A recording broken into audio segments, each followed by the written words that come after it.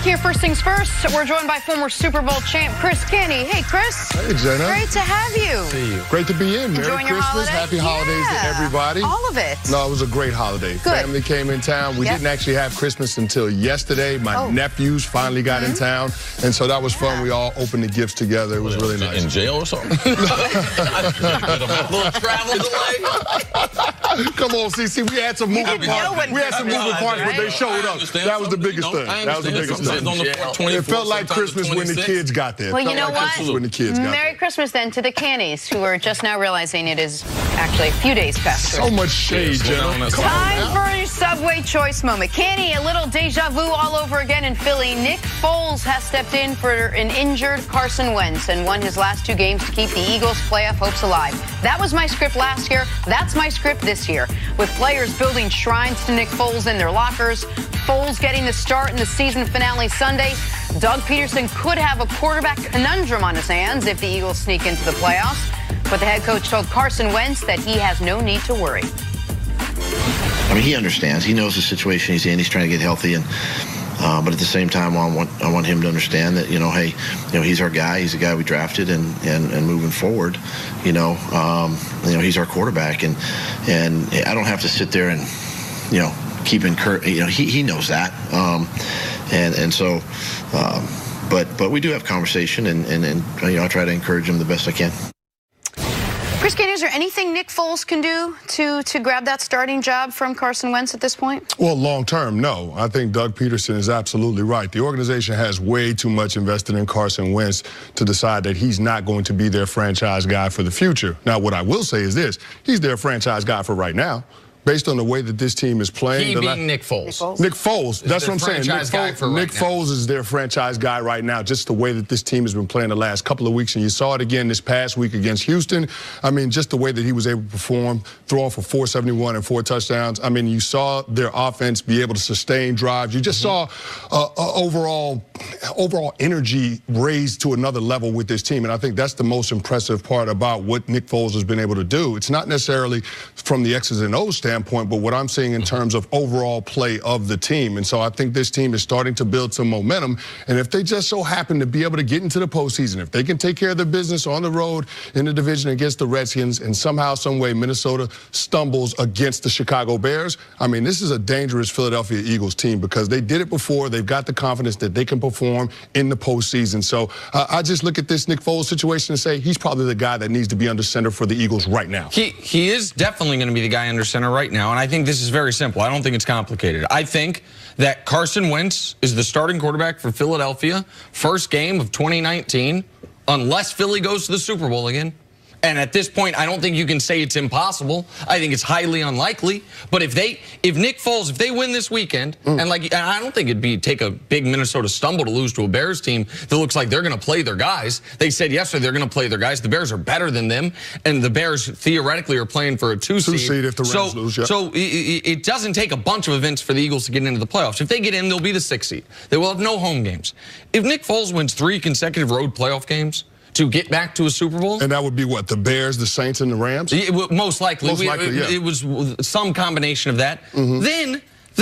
Then I don't know that Doug Pederson knows who his quarterback is. If anything else happens, he does know. It's Carson Wentz. If they don't get in, if they get in and they lose in the first round, if they get in and they win a playoff game and lose in the second round, then as soon as Nick Foles loses a playoff game, a lot of this shine goes away and you start thinking more logically. But if this run continues and the Eagles as a 6th seed go to the Super Bowl with Nick Foles, a team that looked like they were dead in the water, were 6-7 when he took over, and if they win 6 straight games, including 3 road playoff games, then it's a conversation this offseason. Then Howie Roseman is absolutely fielding calls about Carson Wentz. Now, I don't think it's going to come to that because I think it's... If all that happens, you're going to lose all your wishes for the rest of your life. I wish. Let me tell you what. If Carson Wentz, in the next month, if he's healthy, and he passes, if he can pass a physical, if he can pass an x-ray, he don't have broken bones in his back, he's going to be in the lineup. It's just a matter of NFL. This guy is better than that guy. And you guys, we've seen the last couple games, the team has played so much better around him. Let me tell you what the Eagles organization, I got tired of telling people this last year. You practice more in the NFL than you play in games. So we as players know who are the best players because we see them in practice. Nick Foles, one of the reasons why you're a backup in the NFL is why can't he? Because you're inconsistent. That's what backup quarterbacks are. If he wanted to make really make a push for this job, when they started the season as a world champs, what did he do? He went 1-1. Okay, but how did he play? He played well in their loss and poorly in their win. Okay, and that's the story of Nick Foles. Let's not get carried away about it, all right? Carson Wentz, when he's healthy, he is the starter for Philadelphia. Nick Foles, his inconsistency speaks for itself. Why can't you... I'm just curious. Why can't you just go with the hot hand when it comes to, because we talk about how important momentum is. Well, that's what I want to make sure I understand. See, you're saying that if the Eagles get in and they win in the first round, they upset the Bears, and then Wentz is cleared, you think they would bench Foles for Wentz? He's not benching him. Carson Wentz got a broken bone in his back. I'm sorry. You think they would go back to Wentz if they had won a playoff game? You think they could go back to Wentz this year? Yes, absolutely. I would. I would because he's better than. No, I agree with you. I think Carson Wentz overall has a better skill set than Nick Foles, but I think that Nick Foles has gotten his team to respond, and that's undeniable. Yeah, well, how many games has Darren Sproles played with them? How many games this year? Both. Right, he's played in both. How many games did he play with Carson Wentz? Because he makes a different lineup. What about the offensive line play? Jason Pederson, left tackle. Right, the left tackle play has been suspect. Lane is playing better now at the right tackle. The defensive rush is starting to come. What about that secondary that was dead? What if the defensive back that reads Amari Cooper's route picks it and goes? Yes, absolutely. I don't think anyone disagrees with that. And I want to make this very clear. I am not predicting that the Eagles are going to go to the Super Bowl. I'm not predicting that they're going to make a playoff game. But let me ask, I want to ask you the same question I asked Chris. The scenario he laid out, which is let the Eagles make if the Eagles make the playoffs and if they win a playoff game, and that week Carson Wentz is cleared, full go. You're Doug Pederson. Do you make the quarterback change? I think it'd be hard to justify that just based on what Nick Foles would have done to that point. And so going on the road and actually winning a playoff game, I mean, that says something. And that's coming off of what he did last year in the postseason. Now, I'm with you. I don't think you guys keep saying what he did. What about the rest of the team? Like, are we missing this?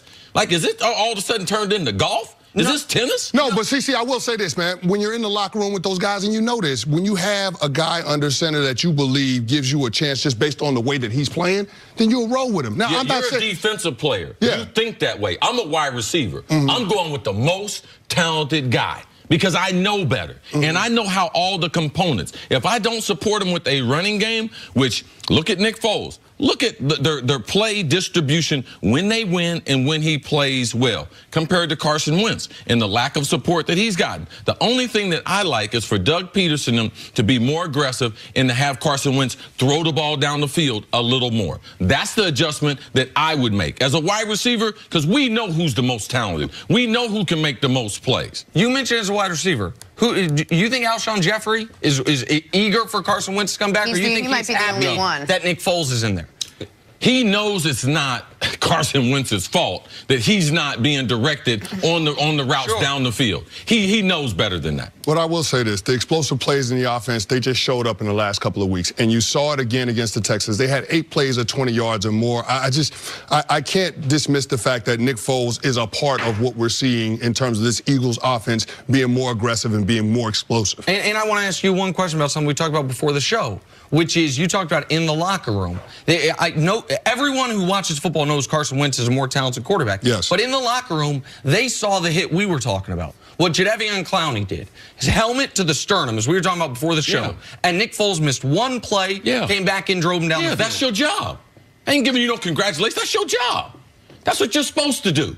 Yeah, you're a football player. You're supposed to take one in the chest and come back in there when you ain't no, hey, man, thank you, congrats. Yeah, everybody's out there doing the same thing. Man, don't thank me for what I'm supposed to do. Thank me for the things I ain't supposed to do. All right? That's what you're supposed to do as a quarterback. All right, we got to take a break. Eagles fans clearly hoping lightning strikes twice. Kenny, we'll see you a little bit later. I hope so. Coming up, what's the biggest motivation for Kevin Durant this offseason? Got a little Chris Broussard sighting next on First Things First. Oh, he's back? He is indeed. And we ain't going to see him until 2020. We burnt all our days already.